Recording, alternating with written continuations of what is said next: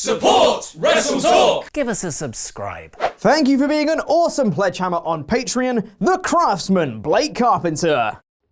Hello and welcome to the WrestleTalk Stacked News and Stacked Reviews. I am Chopper Pete Quinnell, and in today's video we've got a bit of news surrounding a WWE star potentially leaving the company, WWE 2K20 being a broken mess again, and some news about Raw getting a big bump in ratings for the Lana Lashley wedding, and then Luke will review this week's AEW Dynamite. However, there will be no review of NXT this week simply because, well, there wasn't much to review. It was the NXT year-end awards show, so I'll be going through the awards that were handed out in this video, but there won't be a full NXT in about 4 minutes review or a WrestleTalk live review later today as well. But press the timestamps in the video description to be taken to any of those segments right now. First things first, Happy New Year! Have you made any resolutions for 2020? Mine is to start the year by saying stacked as much as possible.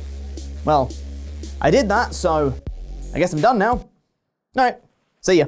Speaking of leaving, and it seems like there might be a SmackDown star potentially on their way out of the company. Drew Gulak has filed a trademark for Catchpoint, his former stable in Evolve, which featured stars such as Tracy Williams, TJP, Matt Riddle, and more. In the Evolve 10th anniversary show, which aired on the WWE Network, Drew Gulak faced Matt Riddle in a Catchpoint reunion match. According to HeelByNature.com, so take this with a pinch of salt as it's an unverified source, Gulak signed a 3-year deal with WWE in 2016, so you'd think his contract would have expired already. However, there is a chance his contract was bumped up to 5 years along with the rest of the Cruiserweight division as well. However, this filing of a trademark that happened on the 27th of December 2019 could be Gulak attempting to ready himself for when he leaves WWE. This has been the latest in a recent wave of wrestling trademarks, with names being locked down left, right, and center, including the newly engaged Charlotte Flair, congratulations on that by the way, trademarking Ashley Flair, her real life name, and her new fiancé Andrade, congratulations on that by the way, trademarking La Sombra, the name he wrestled with outside of WWE before signing. Matt Hardy has been going rampant with teasers that he'll be leaving WWE too, with him now owning the rights for all the Broken Universe stuff. Cody has been trademarking the WCW pay-per-view names and match types, so it is all go in the wrestling trademark world. Is that a thing? Could this be Gulak preparing for his WWE departure, or could this be him locking down a name he's protective of to make sure no one else can use it?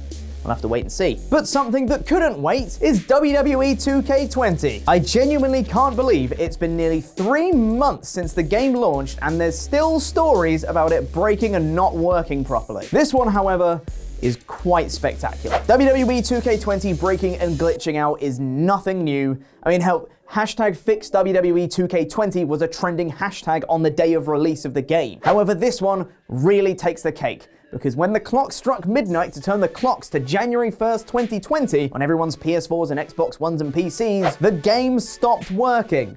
Why? Did they get hacked at exactly midnight? No, it's because the game literally doesn't play in the year 2020. WWE 2K20 doesn't play in 2020. Now, as a temporary fix, players were advised to switch their console clocks back to 2019 so they could play before a fix was sent out later that day. You genuinely can't make this up. Hopefully, WWE 2K21 will actually have some more time spent on it and a bigger team, because Lord knows the 2K20 team were absolutely run ragged. Speaking of New Year's, I've had New Year's Eve and New Year's Day to attempt to process what happened with the Lana Lashley wedding on this week's Raw, and I still can't get over it. Why was Liv Morgan there? Why was Rusev in a cake? Why did Rusev only decide to come out of the cake after there'd been 3 objections in the wedding so far? Why were there 3 other objections in the wedding at all? I don't think anyone truly knows. The segment was most certainly divisive between fans, with some praising and some strongly criticizing it. I mean, hell, on the WrestleTalk live review of it, Luke was very sports entertained by it, and I wasn't. But as much as this entire story has been criticized by fans online and loved by others, there's one thing you can't deny at this point, and that's that people are watching it. The Raw ratings for this week's episode drew an average of 2.4 million viewers, the highest rating since August of 2019. But the more interesting number comes from the 3rd hour, which the majority of was this one segment. The entire show was built around this wedding, with a reminder segment tacked on to the end of seemingly every other segment of the show, including Eric Rowan roaring at Lana for some reason. Raw. Now, generally speaking, there's quite a sharp decline in viewers for the third hour of Raw. However, for this week, there was only an 8% drop in the viewership average, which according to the Wrestling Observer, is a much better audience retention than Raw has usually had for the last several years. The third hour averaged 2.33 million viewers, with the first 2 hours averaging 2.53 and 2.46 million viewers respectively. The YouTube numbers reflect this as well, with the clip of Liv Morgan dropping her bombshell currently sitting at 3.8 million views at the time of recording, with the clip of what happened after Raw went off the air currently at 2.7 million views as well, the two most viewed clips from the show. After the third place clip of Randy Orton tricking AJ Styles at 2.2 million views, the next highest clip is the opening brawl between Kevin Owens, Samoa Joe, Seth Rollins and AOP, which has 875,000 views. Quite a jump between them there. The storyline has casual fan interest, and it keeps them coming back time after time after time. I genuinely would not be shocked if they drag this story out until WrestleMania 36 for a big blow-off match where Rusev has his crowning moment. Maybe. I don't know. It might just be a mixed tag match with Lana and Lashley against Rusev and Morgan. As it turns out, it was all a ruse, and Lana and Rusev get back together again, and it would all fall flat and make absolutely no sense. It'd be great. On last night's episode of NXT, it was the NXT Year-End Awards show, which included showing some matches from 2019 and an awful lot of Triple H pointing at people with awards. Instead of a full NXT in about 4 minutes, I'm just going to run down the awards that were handed out and who won what. So here we go. The third best match of the year went to the Fatal 4-Way ladder match for the NXT Tag Team Championships between the Street Profits, who would end up winning, the Forgotten Sons, Lorcan and Birch, and the Undisputed Era. Up next was the NXT Tag Team of the Year, which unsurprisingly went to the Undisputed Era, specifically Kyle O'Reilly and Bobby Fish. The Male Competitor of the Year was next, and yep, you guessed it, it's Adam Cole. Again.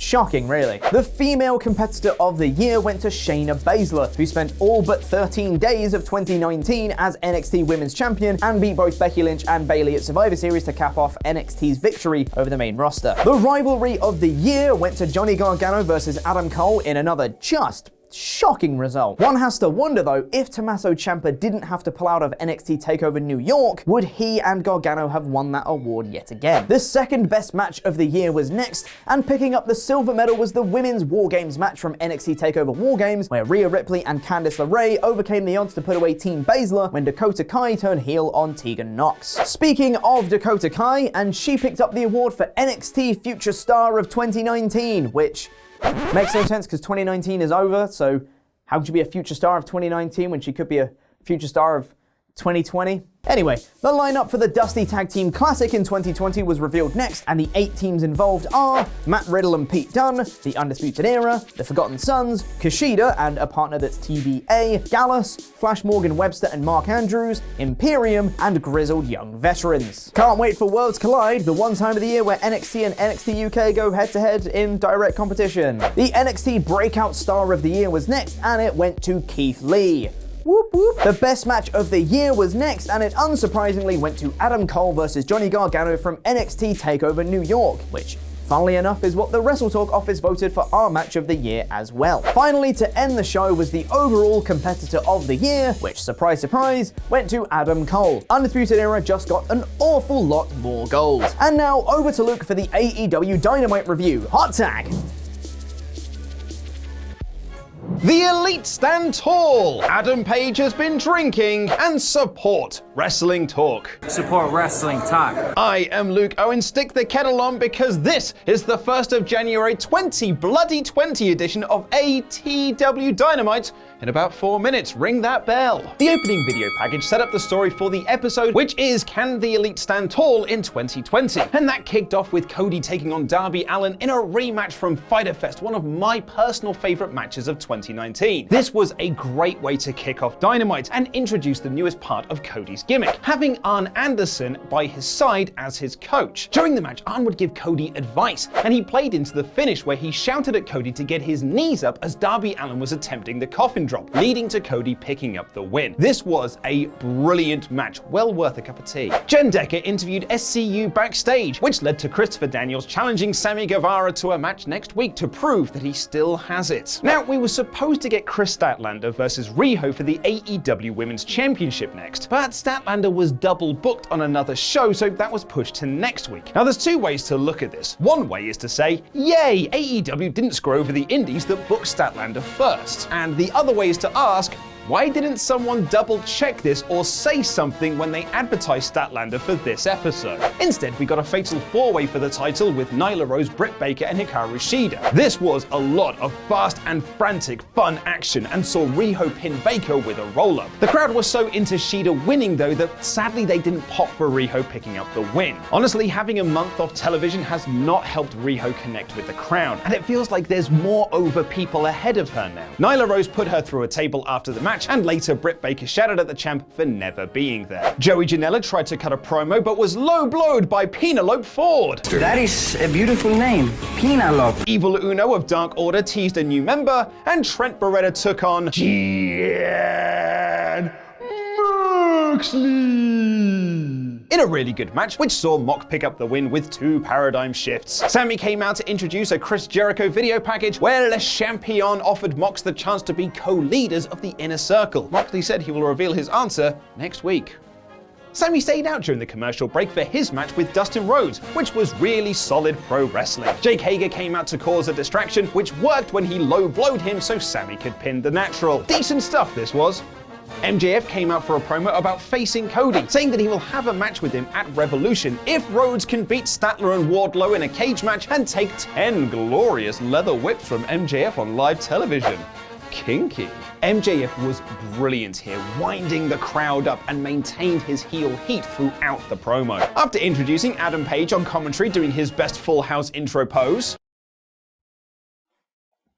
the Lucha Brothers teamed with the Bastard Pac to take on the Elite of Kenny Omega and the Young Bucks in a gosh darn fan-bloody-tastic match. This was non-stop action with too many spots that came so thick and fast it was near impossible to take notes on. I think this is the sort of match that a lot of people were expecting from AEW every single week, and I'll be honest, it was a great way to cap off the first episode of 2020. After a series of brilliant near falls, Omega picked up the win, hitting the one-winged angel on Phoenix. The Elite tried to celebrate with Hangman after the match, but he opted to stay where he was. So that was this week's AEW Dynamite. About 4 minutes. Vote in the poll above my head to let me know what you thought of the show, where you could choose from All Elite, AEW, some middle of the road, SC 2 out of 5, and What the Buck. After a 1-week break for the holiday period, this felt like a bit of a restart episode for Dynamite. AEW have clearly listened to all of the criticisms that were fairly leveled against them since their debut episode, and they adjusted here. There was more promo work, there was more backstage interviews to further all-star storylines, and there was excellent in-ring action. It was all really well balanced. This week's AEW Dynamite is a high ATW-some. Which WWE stars were upset at the Lana Lashley wedding on Raw? And what are the biggest rumors heading into the 2020 Royal Rumble? Click the videos on screen right now to find out more. Thank you for watching, and a special thank you to our Patreon pledge hammers, some of which you can see scrolling their way into my stomach. I've been Luke Owen, and that was wrestling.